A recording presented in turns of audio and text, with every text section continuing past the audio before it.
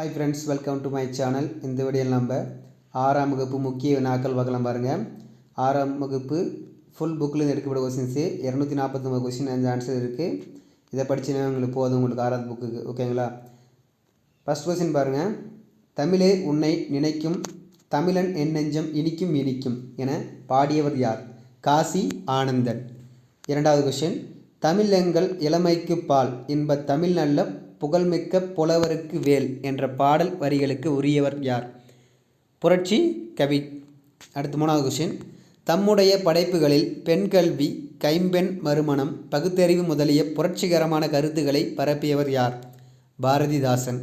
அடுத்து நாலாவது கொஸ்டின். தமிழை அமுது, நிலவு, மனம் என்று பெயரிட்டு அழைத்தவர் யார்? பாவேந்தர் பாரதிதாசன். அடுத்து ஐந்தாவது கொஸ்டின். தமிழுக்கு நிலவென்று பேர் என்ப தமிழெங்கள் உயிருக்கு நேர் என்று கூறியவர் யார்? பாரதிதாசன். அடுத்த ஆறாவது கொஸ்டின். சுப்புரத்தினம் என்ற இயற்பெயர் கொண்டவர் யார்? பாரதிதாசன். அடுத்து ஏழாவது கொஸ்டின். தமிழ் கும்மி இடம்பெற்றுள்ள நூல் எது? கனிச்சாறு. அடுத்து எட்டாவது கொஸ்டின். தேன் தோன்றியது போல மக்கள் நாவில் செந்தமிழே நீ தோன்றி வளர்ந்தாய் வாலி என புகழ்பவர் யார்? வாணிதாசன். அடுத்து 9வது கொஸ்டின். கனிச்சாறு எத்தனை தொகுதிகளாக வெளிவந்தது? 8 தொகுதிகள். அடுத்து 10வது கொஸ்டின். தமிழுணர்வு நிறைந்த பாடல்களை கொண்டது கனிச்சாறு. அடுத்து 11வது கொஸ்டின். வான் தோன்றி வழி தோன்றி நெருப்பு தோன்றி மண் தோன்றி மலை தோன்றி மலைகள் தோன்றி என்று பாடியவர் யார்? வாணிதாசன். அடுத்து 12வது கொஸ்டின். மாணிக்கம் என்ற இயற்பெயர் உடையவர் யார்? பாவலரேறு பெருஞ்சித்திரனார். அடுத்து 13வது கொஸ்டின். பொய் அகற்றும் உள்ள போட்டருக்கும் அன்பு பூண்டவரின் இன்பப் பாட்டிற்கும் என தமிழின் பெருமையை பாடுபவர் யார்? பாவலரேறு. அடுத்து 14வது கொஸ்டின். தனித்தமிழையும் தமிழுணர்வையும் பரப்பிய பாவலர் யார்? பாவலரேறு. அடுத்து 15வது கொஸ்டின். பெருஞ்சித்திரனார் நடத்திய இதழ்கள் தென்மொழி, தமிழ்ச்செட்டு, தமிழ் நிலம், இது மூன்றுமே அவர் நடத்திய இதழ்கள். அடுத்த 16வது கொஸ்டின். பாவலரேறு என அழைக்கப்படுபவர் பெருஞ்சித்திரனார். அடுத்து 17வது கொஸ்டின். தமிழென் கிளவியும் அதனேரற்றே இவ்வடிகள் இடம்பெற்ற நூல் எது? தொல்காப்பியம். அடுத்து 18வது கொஸ்டின். தமிழ்நாடு என்ற சொல்லை முதலில் கையாண்ட நூல் எது? சிலப்பதிகாரம். அடுத்து 19வது கொஸ்டின். தமிழன் என்ற சொல்லை முதலில் பயன்படுத்தியவர் யார்? அப்பர். அடுத்து 20வது கொஸ்டின். வேளாண்மை எனும் சொல் முதலில் இடம்பெற்ற நூல் எது? கலித்தொகை. அரசு எனும் சொல் முதலில் இடம்பெற்ற நூல் எது? திருக்குறள். இன்னொரு டைம் இந்த 4 கொஸ்டின் பார்த்துடலாம் பாருங்கள். இது இம்பார்ட்டன்ட் கொஸ்டின் 4மே. ஓகேங்களா? 17வது கொஸ்டின் பாருங்கள். தமிழன் கிளவியும் அதனேரற்றே இவ்வடிகள் இடம்பெற்ற நூல் எதுன்னு பார்த்தீங்கன்னா தொல்காப்பியம். தமிழ்நாடு என்ற சொல்லை முதலில் கையாண்ட நூல் எதுன்னு பார்த்தீங்கன்னா சிலப்பதிகாரம். தமிழன் என்ற சொல்லை முதலில் பயன்படுத்தியவர் அப்பர். வேளாண்மை எனும் சொல் முதலில் இடம்பெற்ற நூல் கலித்தொகை. அரசு எனும் சொல் முதலில் இடம்பெற்ற நூல் திருக்குறள். இதெல்லாம் இம்பார்ட்டன்ட் கொஸ்டின். ஓகேங்களா? அடுத்து 22வது கொஸ்டின். என்று பிறந்தவள் என்று உணராத இயல்பினலாம் எங்கள் தாய் என தமிழ்தாயின் தொன்மையை கூறுபவர் பாரதியார். அடுத்து 23வது கொஸ்டின். யாமறிந்த மொழிகளிலே தமிழ் மொழி போல் இனிதாவது எங்கும் காணோம் என்று கூறியவர் பாரதியார். அடுத்து 24வது கொஸ்டின். பூவின் நிலைகள் எத்தனை? 7 நிலைகள். அடுத்து 25வது கொஸ்டின். தமிழ் கவிதை வடிவங்கள் துளிப்பா, கவிதை, புதுக்கவிதை. அடுத்து 26வது கொஸ்டின். அஃறிணை பிரித்து எழுத கிடைப்பது அல் குடல் திணை. அடுத்து 27வது கொஸ்டின். பாகற்காய் பிரித்து எழுத கிடைப்பது பாகு குட்டல் அல் குட்டல் காய். அடுத்து 28வது கொஸ்டின். தமிழில் கிடைத்துள்ள மிக பழமையான நூல் தொல்காப்பியம். இது ஒரு இம்பார்ட்டன்ட் கொஸ்டின். அடுத்து 29வது கொஸ்டின். மா என்னும் ஒரு சொல்லுக்குரிய பல பொருட்கள் மரம், விலங்கு, பெரிய, வயல். அடுத்து 30வது கொஸ்டின்.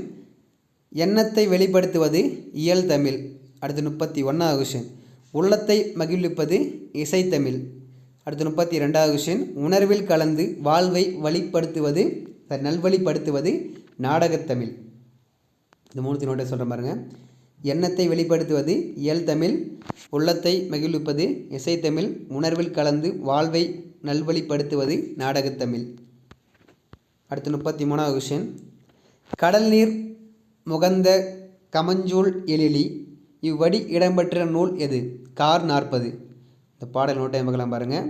கடல் நீர் முகந்த கமஞ்சூல் எழிலி இவ்வடி இடம்பெற்ற நூல் எதுன்னு பார்த்தீங்கன்னா கார் 40.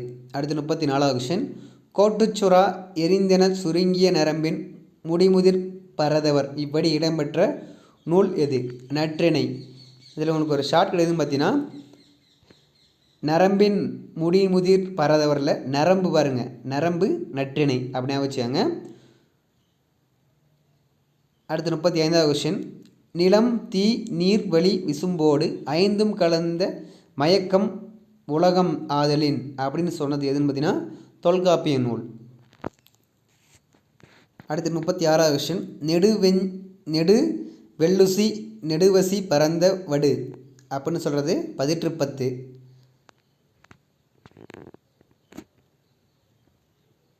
அடுத்து 37வது கொஷின். தமிழில் பயின்ற அறிவியல் அறிஞர்கள் அப்துல் கலாம், மயில்சாமி, அண்ணாதுரை, சிவன். ஒரு 3 பேருமே தமிழில் பயின்ற அறிஞர்கள். அடுத்து 38வது கொஷின். திணையளவு போதா சிறுபுணர் நீர் நீண்ட பனையளவு காட்டும் என்று கூறியவர் யார்? கபிலர்.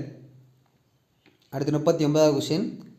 உலக உயிர்களை ஓரறிவு முதல் 6 அறிவு வரை வகைப்படுத்தும் தமிழ் நூல் எது? தொல்காப்பியம். அடுத்து 40வது கொஷின். ஆழ அமுக்கி முகக்கினும் ஆழ்கடல் நீர் நாளி முகவாது நாள்வழி என்ற அடிகளுக்கு உரியவர் யார்? ஔவையார். அடுத்து 41வது கொஷின். சுறாமீன் தாக்கியதால் ஏற்பட்ட புண்ணை நரம்பினால் தைத்த செய்தியை கூறும் நூல் எது? நற்றிணை. அதான் கோட்டுச்சுறாம் என்ன பார்த்துக்கலாம் அந்த கொஷின் இது. அடுத்து 42வது கொஷின். போர்க்களத்தில் வீரனின் காயத்தை வெண்ணிற ஊசியால் தைத்த செய்தியை கூறும் நூல் எதுன்னு பார்த்தீங்கன்னா பதிற்றுப்பத்து. அடுத்து 43வது கொஷின். தொலைவில் உள்ள பொருளின் உருவத்தை அருகில் தோன்ற செய்த அறிவியல் அறிஞர் யார்? கலிலியோ. அடுத்து தமிழாக்கம். கிளாக்வைஸ் வலஞ்சுழி, சர்ச் இன்ஜின் தேடுபொறி, ஆன்டி கிளாக்வைஸ் இடஞ்சுழி. அடுத்து 47வது கொஷின். உதடுகளை விரித்தல் உதடுகளை குவித்தல் ஆகிய செயல்பாடுகளால் பிறக்கும் எழுத்துக்கள் எது? உயிரெழுத்துக்கள். அடுத்து 48வது கொஷின். தமிழின் முதல் காப்பியம் எது? சிலப்பதிகாரம். அடுத்து 49வது கொஷின். இரட்டை காப்பியங்கள் என்பன சிலப்பதிகாரமும் மணிமேகலையும். அடுத்து 50வது கொஷின். இளங்கோவடிகள் எந்த நூற்றாண்டை சார்ந்தவர்? 22ஆம் நூற்றாண்டு. அடுத்து 51வது கொஷின். குடிமக்கள் காப்பியம் முத்தமிழ் காப்பியம் என்றெல்லாம் போற்றப்படுவது சிலப்பதிகாரம். அடுத்து 52வது கொஷின். திங்கள் ஞாயிறு மலை என இயற்கையை வாழ்த்துவதாக தொடங்கும் நூல் எது? சிலப்பதிகாரம். அடுத்து 53வது கொஷின். நிலவின் குளிர்ச்சியையும் கதிரவனின் வெம்மையையும் மலையின் பயனையும் பற்றி கூறுவது சிலப்பதிகாரம்.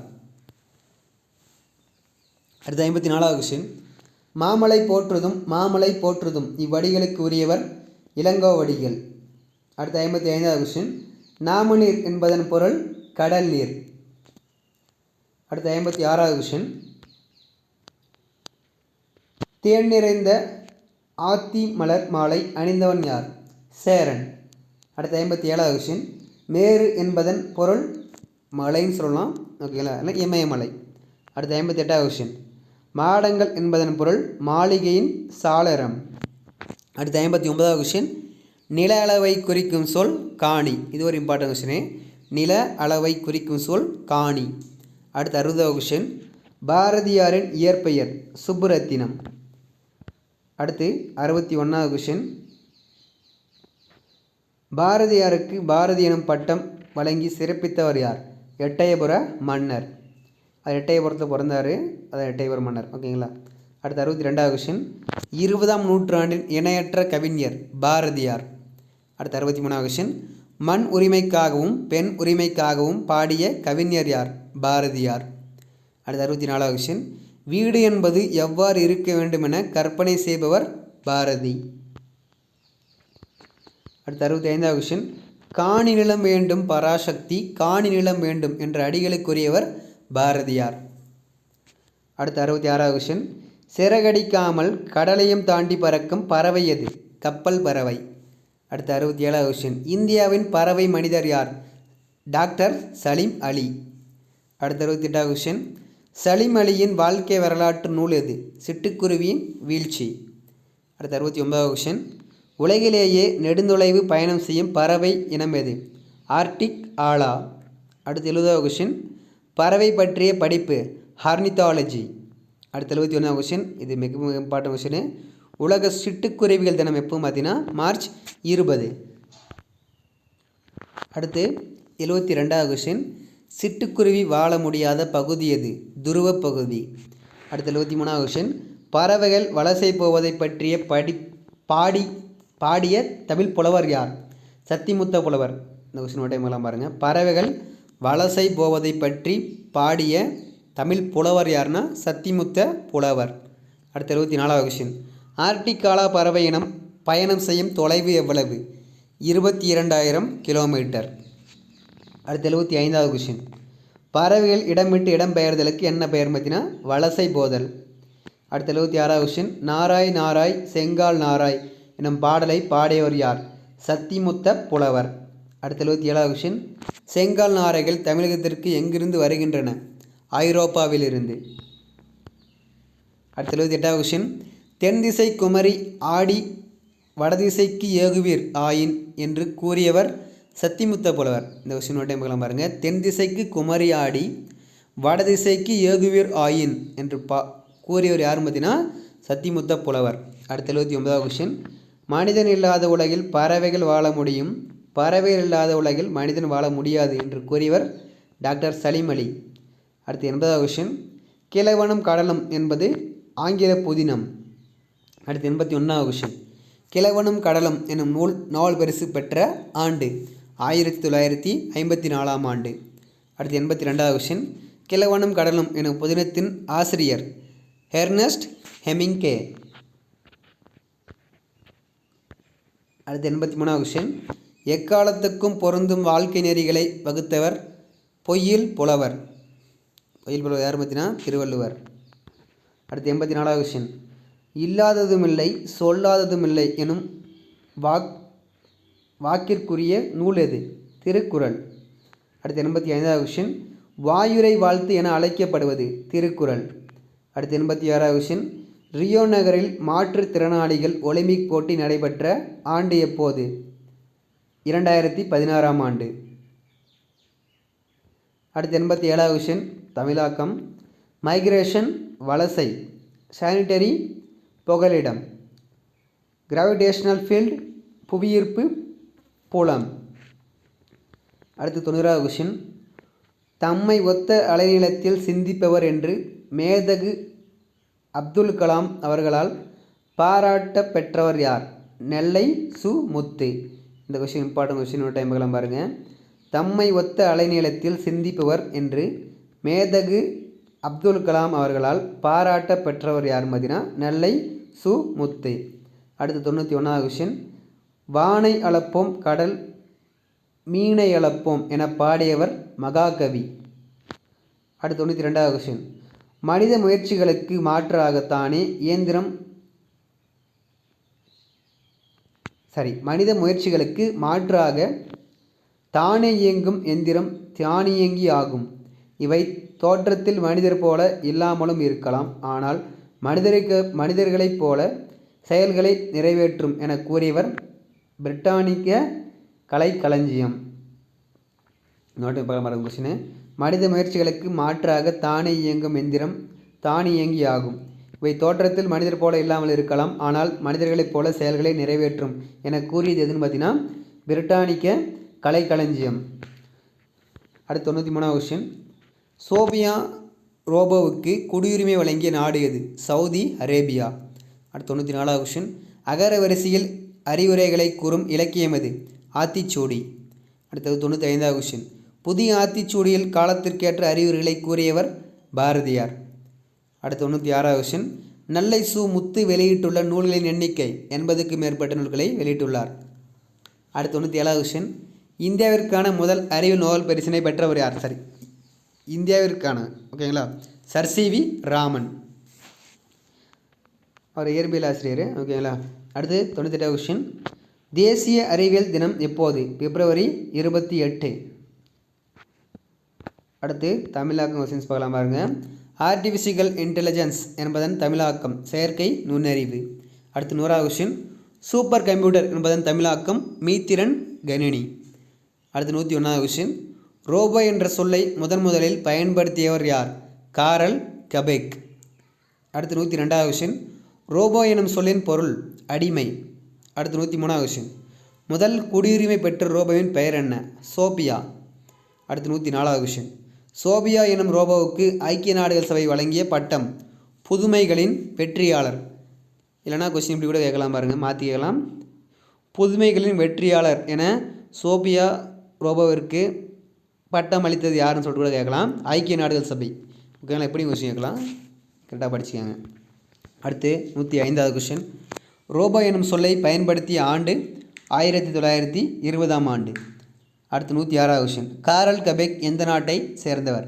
செக் நாட்டை சேர்ந்தவர். அடுத்து 107வது கொஸ்டின், டீப் ப்ளூ என்னும் மீத்திறன் கணினியை உருவாக்கிய நிறுவனம் எது? IBM. அடுத்து 108வது கொஸ்டின், அப்துல் கலாம் அவர்களுக்கு தமிழில் மிகவும் பிடித்த நூல்? திருக்குறள். அடுத்து 109வது கொஸ்டின், கலாமின் மகிழ்ச்சிக்கான கண்டுபிடிப்பாக கருதியது கார்பன் நிலையால் செய்யப்பட்ட செயற்கை கால்கள். அடுத்து 110வது கொஸ்டின், விளக்குகள் தந்த ஒளி என்னும் நூலின் ஆசிரியர் யார்? Lillian Watson. இந்த கொஸ்டின் நோட்டை எமக்கலாம் பாருங்கள். விளக்குகள் தந்த ஒளி என்னும் நூலின் ஆசிரியர் யார் பார்த்தீங்கன்னா லிலியன் வாட்சன். அடுத்து 111வது கொஸ்டின், ஞா வரிசையில் மொழிக்கு முதலில் வரும் எழுத்துக்கள் 4. அடுத்து 112வது கொஸ்டின், யா வரிசையில் மொழிக்கு முதலில் வரும் எழுத்துக்கள் 6. அடுத்து 113வது கொஸ்டின், மொழிக்கு முதலில் வரும் உயிரெழுத்துக்களின் எண்ணிக்கை 12. அடுத்து 114வது கொஸ்டின், மொழியின் இறுதி எழுத்தாக வரும் மெய் எழுத்துக்களின் எண்ணிக்கை 11. அடுத்து 115வது கொஸ்டின், எதில் மட்டும் உயிரெழுத்துக்கள் சொல்லின் இடையில் வரும்? அளபடையில். கொஸ்டின் நோட் டைம் பார்க்கலாம் பாருங்க. எதில் மட்டும் உயிரெழுத்துக்கள் சொல்லின் இடையில் வரும் பார்த்தீங்கன்னா அளபடையில். அடுத்து 116வது கொஸ்டின், மூதுரையின் பாடல்கள் எத்தனை? 31. அடுத்து 117வது கொஸ்டின், மூதுரை நூலின் ஆசிரியர் யார்? ஔவையார். அடுத்து 118வது கொஸ்டின், ஔவையார் இயற்றிய வேறு நூல்கள்? ஆத்திச்சூடி, கொன்றைவேந்தன், நல்வழி. அடுத்து 119வது கொஸ்டின், தன் தேசம் அல்லால் சிறப்பில்லை கற்றோருக்கு சென்ற இடமெல்லாம் சிறப்பு. இதன் ஆசிரியர் யார் பார்த்தீங்கன்னா ஔவையார். தன் தேசம் அல்லால் சிறப்பில்லை கற்றோருக்கு சென்ற இடமெல்லாம் சிறப்பு. இதன் ஆசிரியர் ஔவையார். இப்படின்னு சொன்ன ஆசிரியர் பார்த்தீங்கன்னா ஔவையார். ஓகேங்களா. அடுத்து 120வது கொஸ்டின், எளிய தமிழில் சமூக சீர்திருத்த கருத்துக்களை வலியுறுத்தி பாடியவர் யார்? கல்யாண சுந்தரம். அடுத்து 121வது கொஸ்டின், மக்கள் கவிஞர் எனப்படுபவர் பட்டுக்கோட்டையார். அடுத்து 122வது கொஸ்டின், திரை இசை பாடல்களில் உழைப்பாளிகளின் உயர்வை பாடியவர் கல்யாண சுந்தரம். அடுத்து 123வது கொஸ்டின், நாட்டின் நெறி தவறி நடந்து விடாதே, நம் நல்லவர்கள் தூற்றும்படி வளர்ந்து விடாதே என்று பாடியவர் பட்டுக்கோட்டையார். அடுத்து 124வது கொஸ்டின், பெற்ற தாயின் புகழும் நீ பிறந்த மண்ணின் புகழும் வற்றாமல் உன்னோடு வாழ்ந்திட வேண்டும் என பாடியவர் கல்யாண சுந்தரம். அடுத்து 125வது கொஸ்டின், காமராசர் பாரத ரத்னா விருது பெற்ற ஆண்டு எப்போது? 1976ஆம் ஆண்டு. அடுத்து 126வது கொஸ்டின், காமராசருக்கு மணிமண்டபம் உள்ள இடம் எது? கன்னியாகுமரி. அடுத்து 127வது கொஸ்டின், காமராசரின் சிறப்பு பெயர்கள்? பெருந்தலைவர், கருப்பு காந்தி, படிக்காத மேதை, ஏழை பங்காளர், கர்ம வீரர், தலைவர்களை உருவாக்குபவர். இந்த எல்லாமே அவருடைய சிறப்பு பெயர்கள். அடுத்து 128வது கொஸ்டின், சென்னையில் உள்ள உள்நாட்டு விமான நிலையத்திற்கு யாருடைய பெயர் சூட்டப்பட்டுள்ளது? காமராசர். அடுத்து 129வது கொஸ்டின், காமராசரை கல்விக்கண் திறந்தவர் என பாராட்டியவர் பெரியார். அடுத்து 130வது கொஸ்டின், கல்வித்துறை விதிகளை மாணவர் நலனுக்காக மாற்றியவர் காமராசர். அடுத்து 131வது கொஸ்டின், மதிய உணவு திட்டத்தை கொண்டு வந்தவர் காமராசர்.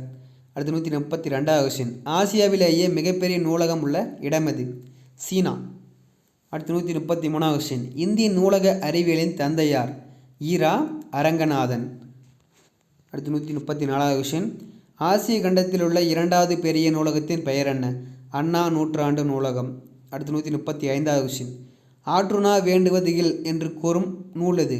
பழமொழி 400. இந்த ஆற்றுணா வேண்டுவதில் அதுக்கு என்ன அர்த்தம்னு பார்த்தீங்கன்னா, கற்றவனுக்கு கட்டுச்சோறு வேண்டா அதையும் சொல்லலாம். ஓகேங்களா? அடுத்து 136 கொஸ்டின். காமராசர் பிறந்த நாள்? கல்வி வளர்ச்சி நாள். ஜூலை 15. ஓகேங்களா? இது ஒரு இம்பார்ட்டன்ட் கொஸ்டின். ஜூலை 15 என்ன நாள்னு கேட்டாங்களா, காமராசர் பிறந்த நாள், கல்வி வளர்ச்சி நாள்னு சொல்லலாம். ஓகேங்களா? அடுத்து 137 கொஸ்டின். டாக்டர் எஸ் ராதாகிருஷ்ணன் பிறந்தநாள்? ஆசிரியர் தினம் செப்டம்பர் 5. அடுத்து 138 கொஸ்டின். அப்துல் கலாம் பிறந்தநாள்? மாணவர் தினம் அக்டோபர் 15. அடுத்து 139 கொஸ்டின். விவேகானந்தர் பிறந்தநாள்? இளைஞர் தினம் ஜனவரி 12. ஓகேங்களா? இந்த ஆண்டு வர கொஸ்டின்ஸ் மட்டும் நம்ம இன்னொரு டைம் பார்க்கலாம் பாருங்கள். காமராசர் பிறந்தநாள் ஜூலை 15, கல்வி வளர்ச்சி நாள். டாக்டர் எஸ் ராதாகிருஷ்ணன் பிறந்தநாள் ஆசிரியர் தினம் செப்டம்பர் 5. அப்துல் கலாம் பிறந்தநாள் பார்த்திங்கன்னா அக்டோபர் 15 மாணவர் தினம். அடுத்து விவேகானந்தர் பிறந்தநாள் பார்த்திங்கன்னா ஜனவரி 12 இளைஞர் தினம். 4 தினம் ஞாபகம் வச்சுக்காங்க, இது இம்பார்ட்டனு. அப்புறம் சிட்டுக்குருவி தினம் ஞாபகம் வச்சுக்காங்க, நவம்பர் 20, அது ஒரு இம்பார்ட்டன் கொஸ்டின். ஓகேங்களா? அடுத்து 140 கொஸ்டின். ஐ எனும் எழுத்துக்கு இனமான எழுத்து? இ. அடுத்து 141 கொஸ்டின். ஔ எனும் எழுத்துக்கு இனமான எழுத்து? உ. அடுத்து 142 கொஸ்டின். தமிழ் எழுத்துக்களில் இனவெழுத்து இல்லாத ஒன்று? ஆயுதம். அடுத்து 141 கொஸ்டின். ஆசாரக்கோவை டேஸ் ஆசிரியர்? பெருவாய் முள்ளியர். அதாவது ஆசாரக்கோவை நூலின் ஆசிரியர் யார் பார்த்தீங்கன்னா பெருவாய் முள்ளியர். அடுத்து 144 கொஸ்டின். ஆசாரக்கோவையின் பாக்கள் எத்தனை? 100 பாக்கள். அடுத்து 145 கொஸ்டின். பெருவாய் முள்ளியார் பிறந்த ஊர் எது? கயத்தூர். அடுத்து 146 கொஸ்டின். ஆசாரக்கோவை என்பதன் பொருள் என்ன? நல்ல ஒழுக்கங்களின் தொகுப்பு. அடுத்து 147 கொஸ்டின். திருவள்ளுவர் தினம் கொண்டாடப் பெறுவது? தை 2ஆம் நாள். அடுத்து 148 கொஸ்டின். உத்தராயன் என அறுவடை திருநாள் கொண்டாடப்படும் மாநிலங்கள் எது? ராஜஸ்தான், குஜராத். அடுத்து 149 கொஸ்டின். மகர சங்கராந்தி கொண்டாடப்படும் மாநிலங்கள்? ஆந்திரா, கர்நாடகா, மகாராஷ்டிரா, உத்தரப்பிரதேசம். இதெல்லாம் அந்த மாநிலத்தில் கொண்டாடப்படுறாங்க. ஓகேங்களா? அடுத்து 150 கொஸ்டின். திருவள்ளுவர் பிறந்தது எந்த ஆண்டு பார்த்தீங்கன்னா பொ ஆமு, அதாவது பொது ஆண்டுக்கு முன்பு 31. ஓகேங்களா? அடுத்து 151 கொஸ்டின். 4 வகை சிற்பக்கலைகளும் காணப்படும் இடம்? மாமல்லபுரம். அடுத்து 152 கொஸ்டின். மற்போரில் சிறந்தவன்? நரசிம்மவர்மன். அடுத்து 153 கொஸ்டின். மாமல்லபுர சிற்பப்பணி தொடங்கியது யார் காலத்தில்? மகேந்திரவர்ம பல்லவர் காலத்தில். அடுத்து 154 கொஸ்டின். நாவின் நுனி மேல்வாய் அன்னத்தின் முன்பகுதியை தொடுவதால் பிறப்பது? நகரம். அடுத்து 155 கொஸ்டின். நாவின் நுனி மேல்வாய் பல்லின் அடிப்பகுதியை தொடுவதால் பிறப்பது? நகரம். அடுத்து 156 கொஸ்டின். நாமேல் அன்னத்தின் மைய பகுதியை உரசுவதால் பிறப்பது? ரகரம். அடுத்து 157 கொஸ்டின். தமிழுக்கு உரிய சிறப்பு எழுத்து? லா. அடுத்து 158 கொஸ்டின். மயங்கொலி எழுத்துக்கள் மொத்தம் 8 இருக்குது. நா, நா, நா, லா, லா, லா, ரா, ரா. அந்த எழுத்துக்கெல்லாம் சொல்லலாம். அடுத்து தமிழாக்கம் ஸ்கல்ப்சர் சிற்பங்கள். அடுத்து 160 கொஸ்டின். கங்கை நதி புறத்து கோதுமை பண்டம் காவிரி வெற்றிலைக்கு மாறு கொள்வோம் என பாடியவர்? பாரதியார். இந்த கொஸ்டின் ஒரு டைம் பார்க்கலாம் பாருங்கள். கங்கை நதி புறத்துக்கு கோதுமை பண்டம் காவிரி வெற்றிலைக்கு மாறு கொள்வோம் என பாடியவர்? பாரதியார். அடுத்து 161 கொஸ்டின். முடியரசனின் இயற்பெயர்? துரைராசு. 162 கொஸ்டின். திராவிட நாட்டின் வானம்பாடி என்றழைக்கப்படுபவர்? முடியரசன். இது ஒரு இம்பார்ட்டன் கொஸ்டின், நோட் டைம் பார்க்கலாம் பாருங்கள். திராவிட நாட்டின் வானம்பாடி என்றழைக்கப்படுபவர் யார் பார்த்தீங்கன்னா முடியரசன். அடுத்து 163 கொஸ்டின். முடியரசனின் நூல்கள்? வீரகாவியம், பூங்கொடி, காவிய பாவை. அடுத்து 164வது கொஸ்டின். தமிழன் எதற்கும் அஞ்சாதவன், ஆனால் சான்றோர்கள் அஞ்சும் தீமைகளை செய்ய அஞ்சுவான் என்று கூறியவர் முடியரசன். இது ஒரு இம்பார்ட்டன் கொஸ்டின், ஞாபகம் வச்சுக்கோங்க. அடுத்து 165வது கொஸ்டின். நாட்டுப்புற இயல் ஆய்வு நூலினை தொகுத்தவர் சு. சக்திவேல். அடுத்து 166வது கொஸ்டின். தன்னாடு விளைந்த வெண்ணெல் தந்து பிறநாட்டு உப்பின் கொள்ளை என்று கூறும் நூல் நற்றிணை. தன்னாடு விளைந்த வெண்ணெல் தந்து பிறநாட்டு உப்பின் கொள்ளை என்று கூறும் நூல் எது பார்த்தீங்கன்னா நற்றிணை. அடுத்து 67வது கொஸ்டின். 167வது கொஸ்டின். பாலோடு வந்து கூலோடு பயரம் என்று கூறும் நூல் குறுந்தொகை. அடுத்து 168வது கொஸ்டின். பொன்னோடு வந்து கரியோடு பெயரும் என்று கூறும் நூல் அகநானூறு. அடுத்து 169வது கொஸ்டின். கொள்வதும் மிகை கொள்ளாது கொடுப்பதும் குறைபடாது என்று கூறும் நூல் பட்டினப்பாலை. இந்த 4 கொஸ்டின் நோட்டை பாருங்க. தன்னாடு விளைந்த வெண்ணெல் தந்து பிறநாட்டு உப்பின் கொள்ளை என்று கூறும் நூல் நற்றிணை. பாலோடு வந்து கூலோடு பெயரும் என்று கூறும் நூல் குறுந்தொகை. பொன்னோடு வந்து கரியோடு பெயரும் என்று கூறும் நூல் அகநானூறு. கொள்வதும் மிகை கொள்ளாது கொடுப்பதும் குறைபடாது என்று கூறும் நூல் பட்டினப்பாலை. அடுத்து 170வது கொஸ்டின். சமன் செய்து சீர்தூக்கும் கோல் போல் என்று கூறும் நூல் எது? திருக்குறள். அடுத்து 171வது கொஸ்டின். தமிழ்நாட்டின் தலை சிறந்த பழங்கால துறைமுகம் எது? பூம்புகார். அடுத்து 172வது கொஸ்டின். பொருட்கள் உற்பத்தி செய்யும் இடத்தில் மொத்தமாக கொள்முதல் செய்பவர் பெருவணிகர். அடுத்து 173வது கொஸ்டின். பழங்காலத்தில் தமிழகத்திலிருந்து ஏற்றுமதியான பொருட்கள் தேக்கு, சந்தனம். அடுத்து 174வது கொஸ்டின். நடுவு நின்ற நன்னெஞ்சினோர் என்று கூறும் நூல் பட்டினப்பாலை. இது ஒரு இம்பார்ட்டன் கொஸ்டின், இன்னொரு டைம் பார்க்கலாம் பாருங்கள்.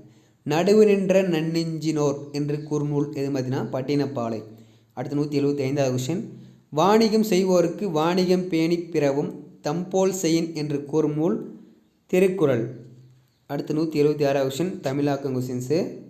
ஃபெர்ரிஸ் பயணப்படகுகள், வாயேஜ் கடற்பயணம், அடல்ட்ரேஷன் கலப்படம், ஆர்டேஜ் பாரம்பரியம், கமாடிட்டி பண்டம், என்டர்பிரினர் தொழில் முனைவோர். அடுத்து 182வது கொஸ்டின். காளிதாசனின் தேனிசை பாடல்கள் எதிரொலிக்கும் இடம் காவிரி கரை. அடுத்து 183வது கொஸ்டின். தாராபாரதியின் இயற்பெயர் ராதாகிருஷ்ணன். அடுத்து 184வது கொஸ்டின். கவிஞாயிறு என்றழைக்கப்படுபவர் தாராபாரதி. அடுத்து 185வது கொஸ்டின். தாராபாரதியின் படைப்புகள் புதிய விடியல்கள், இதயங்கள் கிழக்கு, விரல்நொழி வெளிச்சங்கள். இதில் ஞாபகம் வச்சுக்கோங்க. அடுத்து 186வது கொஸ்டின். புதுமைகள் செய்த தேசம் இது, பூமியின் கிழக்கு வாசல் இது, யாருடைய வரிகள்? பார்த்தீங்கன்னா தாரா பாரதி. அடுத்து 187வது கொஸ்டின். தெய்வ வள்ளுவன் நெய்த குரல்தான் தேசம் ஒடுத்திய நூலாடை என்றவர் தாராபாரதி. அடுத்து 188வது கொஸ்டின். அறத்தின் ஊன்றுகோலாக காந்தியடிகளின் அகிம்சை என்றும் சிறந்த கைத்தடி விளங்குகின்றது என்று கூறியவர் யாரும் பார்த்தீங்கன்னா காளிதாசர். இந்த கொஸ்டின் டைம் பாருங்கள். அறத்தின் ஊன்றுகோலாக காந்தியடிகளின் அகிம்சை என்னும் சிறந்த கைத்தடி விளங்குகிறது என்று கூறியவர் காளிதாசர். அடுத்து 89வது கொஸ்டின். யாருடைய கவிதைக்கு கங்கை அலைகள் இசையமைக்கின்றனர்? கம்பர். கங்கை கம்பர் அப்படின்னு வச்சுக்காங்க. அடுத்து 190வது கொஸ்டின். காந்தியடிகளிடம் உடை அணிவதில் மாற்றத்தை ஏற்படுத்திய ஊர் மதுரை. அடுத்து 191வது கொஸ்டின். காந்தியடிகள் யாரின் அடிநிழலில் இருந்து தமிழ் கற்க வேண்டும் என்றார்? பூவே சா. உத்தமதானவரம் வேங்கடரத்ன சுப்புவின் மகனான சாமிநாதன். ஓகேங்களா, அதுக்கான விரிவாக்கம். அடுத்து 192வது கொஸ்டின். பெண்கள் முன்னேற்றம், சமுதாய மறுமலர்ச்சி, தீண்டாமை ஒழிப்பு முதலியவற்றிற்காக பாடுபட்டவர் காந்தியடிகள். அடுத்த ஒரு கொஸ்டின் பார்த்துக்கோங்க. காந்தி முதல் முறையாக சென்னைக்கு வந்த ஆண்டு 1919ஆம் ஆண்டு வந்தார். அடுத்து 194வது கொஸ்டின். பாரதியாரை தமிழ்நாட்டின் சொத்து என்றவர் ராஜாஜி. இந்தியாவின் சொத்து என பாரதியாரை அழைத்தவர் காந்தி. ஞாபகம் வச்சுக்கோங்க. தமிழ்நாட்டின் சொத்துன்னு பாரதியார் யார் சொன்னதுன்னா ராஜாஜி. இந்தியாவின் சொத்து பாரதியார்னு சொன்னது காந்திஜி. ஞாபகம் வச்சுக்கோங்க. அடுத்து 196வது கொஸ்டின். காந்தியடிகள் மதுரைக்கு வந்த ஆண்டு 1921ஆம் ஆண்டு. காந்தியடிகள் சென்னைக்கு பார்த்தீங்கன்னா 1919 வராரு. மதுரைக்கு 1921 வராரு, 2 வருஷம் கழிச்சு வராரு. ஓகேங்களா. அடுத்து 197 வருஷன். காந்தியடிகளை கவர்ந்த தமிழ் நூல் எது? திருக்குறள். அதே நம்ம அப்துல் கலாம் ஐயாவுக்கும் திருக்குறள் தான் பிடிக்கும். ஓகேங்களா, அது ஞாபகம் வச்சுக்காங்க. அடுத்து 197 கொஸ்டின். சென்னையில் இலக்கிய மாநாடு நடைபெற்ற ஆண்டு எப்போது? 1937 ஆண்டு. சென்னை இலக்கிய மாநாடு எப்போ நடைபெற்று பார்த்தீங்கன்னா 1937 ஆண்டு. அடுத்து 199 கொஸ்டின்.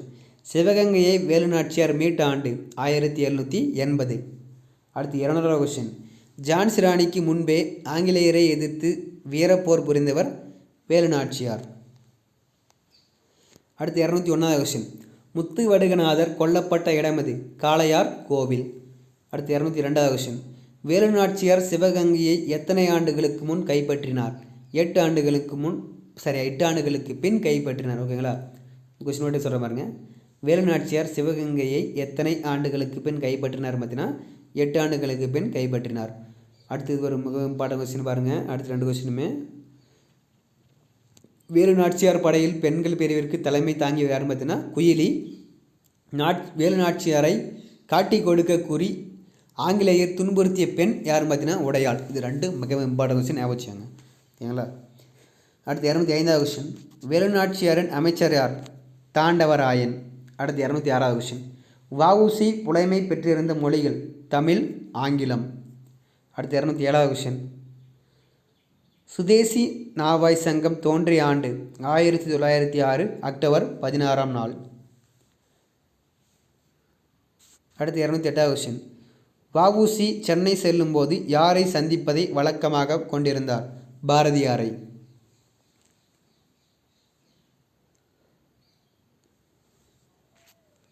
அடுத்து 209 கொஸ்டின். ஆர்ட் கேலரி என்பதன் தமிழாக்கம் கலைக்கூடம். அடுத்து 210 கொஸ்டின். பேட்ரியாடிசம் என்பதன் தமிழாக்கம் நாட்டுப்பற்று. அடுத்து 211 கொஸ்டின். ஆங்கிலேயரின் கப்பல்களுக்கு போட்டியாக உள்நாட்டு இந்திய கப்பல் நிறுவனத்தை தொடங்கியவர் வஉசி. அடுத்து 212 கொஸ்டின். உயிரெழுத்தில் தொடங்கும் சொல்லுக்கு முன் டேஸ் என்னும் சொல்லை பயன்படுத்த வேண்டும்? ஓர் என்னும் சொல்லை பயன்படுத்த வேண்டும். அடுத்து 213 கொஸ்டின். உயிர்மை எழுத்தில் தொடங்கும் சொல்லுக்கு முன் டேஸ் என்னும் சொல்லை பயன்படுத்த வேண்டும்? ஒரு என்னும் எழுத்தை பயன்படுத்த வேண்டும். அடுத்து 214 கொஸ்டின். உயிரெழுத்தில் தொடங்கும் சொல்லுக்கு முன் டேஸ் என்னும் சொல்லை பயன்படுத்த வேண்டும்னா அஃது. அடுத்து உயிர்மை எழுத்தில் தொடங்கும் சொல்லுக்கு முன் டேஸ் என்னும் சொல்லை பயன்படுத்தணும்னா அது. அடுத்து 216 கொஸ்டின். பராபர கன்னி என்னும் நூலின் ஆசிரியர் யார்? தாய்மானவர். அடுத்து 217 கொஸ்டின். கன்னி என்பது 2 அடிகள் உடையது. அடுத்து 218 கொஸ்டின். தமிழ் மொழியின் உபநிடதம் எனப்படுவது தாய்மானவர் பாடல்கள். இது ஒரு இம்பார்ட்டன் கொஸ்டின். அடுத்து 219 கொஸ்டின். எல்லோரும் இன்புற்று இருக்க நினைப்பதுவே அல்லாமல் வேறொன்று அறியேன் பராபரமே என பாடியவர் யாரும் பார்த்தீங்கன்னா தாய்மானவர். எல்லோரும் இன்புற்று இருக்க நினைப்பதுவே அல்லாமல் வேறொன்று அறியேன் பராபரமன் பாடியவர் தாய்மானவர். முக்கியமாக இந்த பராபரமேன் எங்கே வந்தாலுமே தாய்மானவர் அதுக்கான ஆன்சர் ஞாபகம் வச்சுக்காங்க. பராபரமேன் வந்தால் அதுக்கான ஆன்சர் தாய்மானவர் நீங்கள் ஃபிக்ஸ் பண்ணியாங்க. ஓகேங்களா. அடுத்து 220 கொஸ்டின். தாய்மானவர் யாருடைய அவையில் கணக்கராக பணியாற்றினார்? விஜய ரகுநாதர். அடுத்து 221 கொஸ்டின். அனைத்து உயிர்களையும் தம் உயிர் போல் கருதும் கருணை மிகுந்த சான்றோருக்கு தொண்டு செய்ய வேண்டும் என்று கூறியவர் தாய்மானவர். அடுத்து 222 கொஸ்டின். கலீல் ஜிப்ரான் எந்த நாட்டை சேர்ந்தவர்? லெபனான் நாட்டை சேர்ந்தவர். அடுத்து 223 கொஸ்டின். தீர்க்கதரிசி எனும் நூலை மொழிபெயர்த்தவர் கவிஞர் புவியரசு. இது ஒரு இம்பார்ட்டன் கொஸ்டின், இது இன்னொரு டைம் பார்க்கலாம் பாருங்கள். தீர்க்கதரிசி எனும் நூலை மொழிபெயர்த்தவர் யாருன்னு பார்த்தீங்கன்னா கவிஞர் புவியரசு. அடுத்து 224 கொஸ்டின். மணிமேகலா தெய்வம் மணிமேகலையை அழைத்து சென்ற இடமது? மணிபல்லவ தீவு.